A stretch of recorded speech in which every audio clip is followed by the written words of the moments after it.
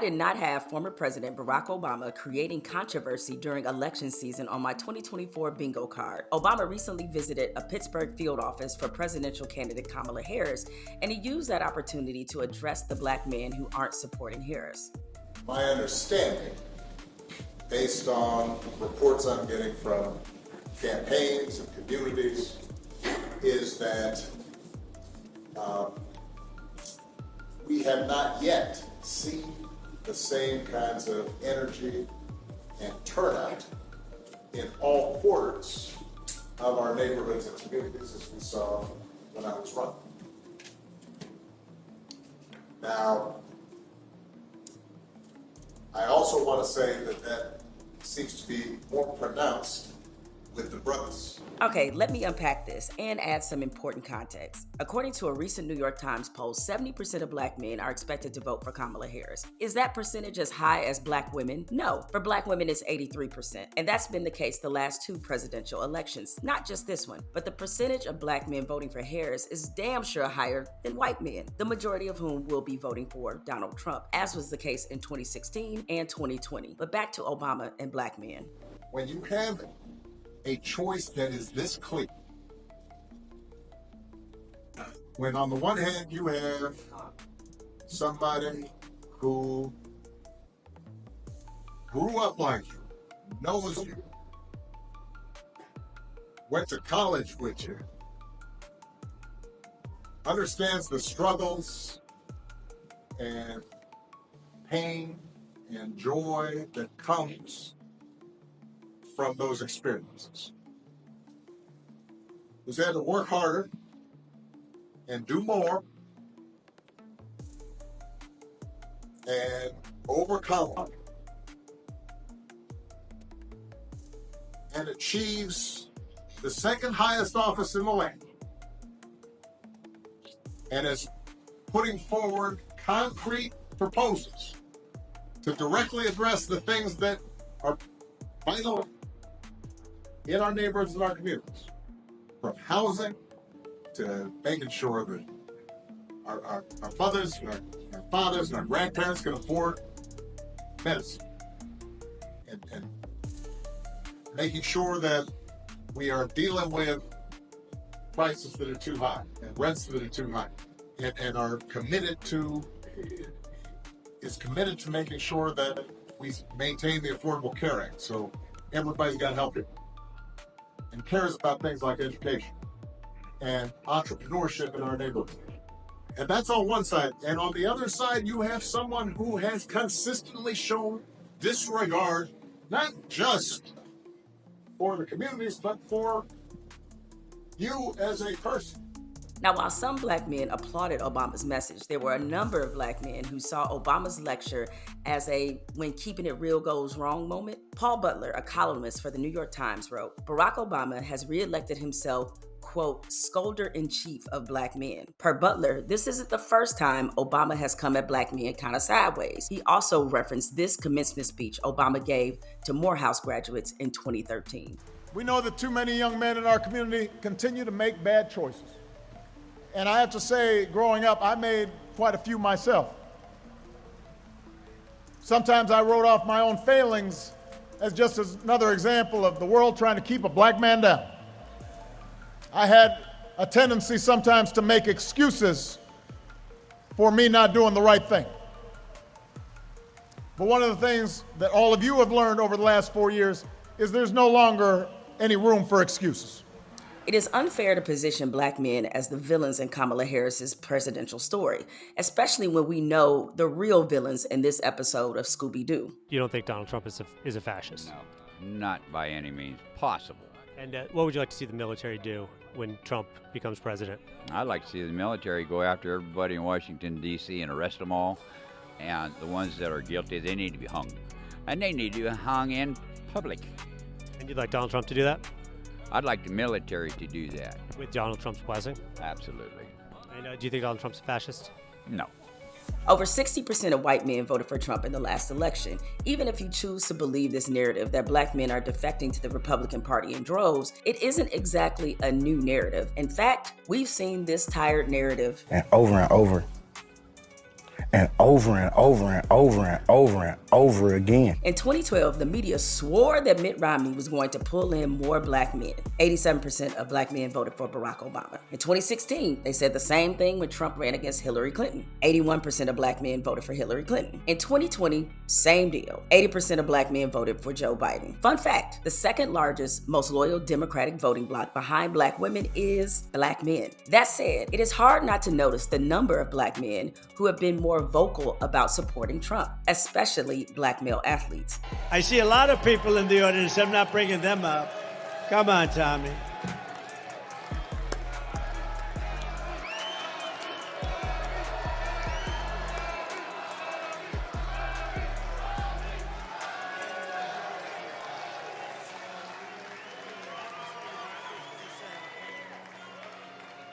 One of the greatest fighters of all time, and man, I'll tell you what, he was something special.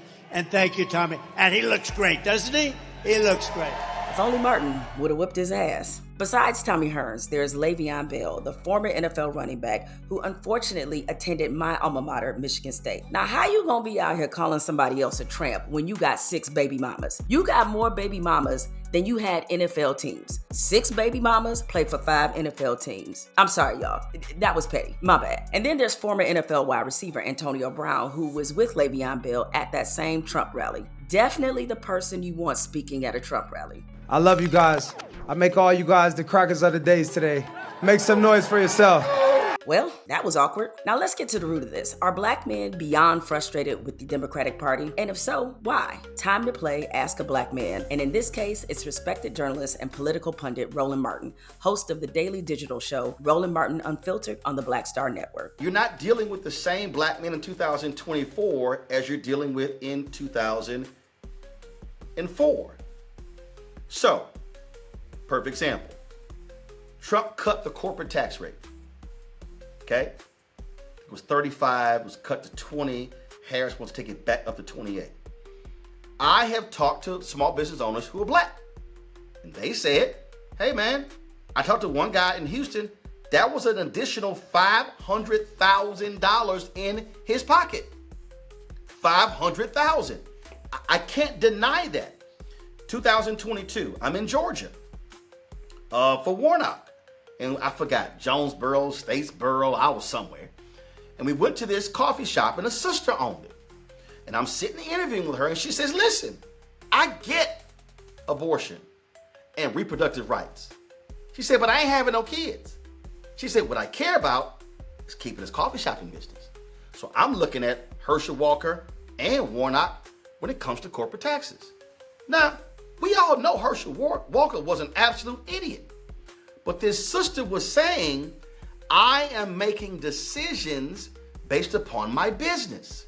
And so we have to understand that that is a part of this conversation as well. Here's the crazy part. The frustration some black men feel about the political system is similar to the same frustration many white male voters also feel, and it's why white men have been Donald Trump's most loyal supporters. I came across this fascinating piece in the Connecticut Mirror, a nonprofit journalism organization. It was written by psychology professor James O'Neill, who addresses why he believes white men are psychologically drawn to Trump. O'Neill wrote, on a more unconscious level, these vulnerable men are envious of those who have succeeded in many ways they wish they had, especially the educated, liberal intellectuals, minorities, and women with power, status, money, and options in life they believe they will never have. They feel left out by the status quo and marginalized by the capitalist system they believed in. Trump uses fear to activate their anger and shame by telling them it will worsen unless something is done.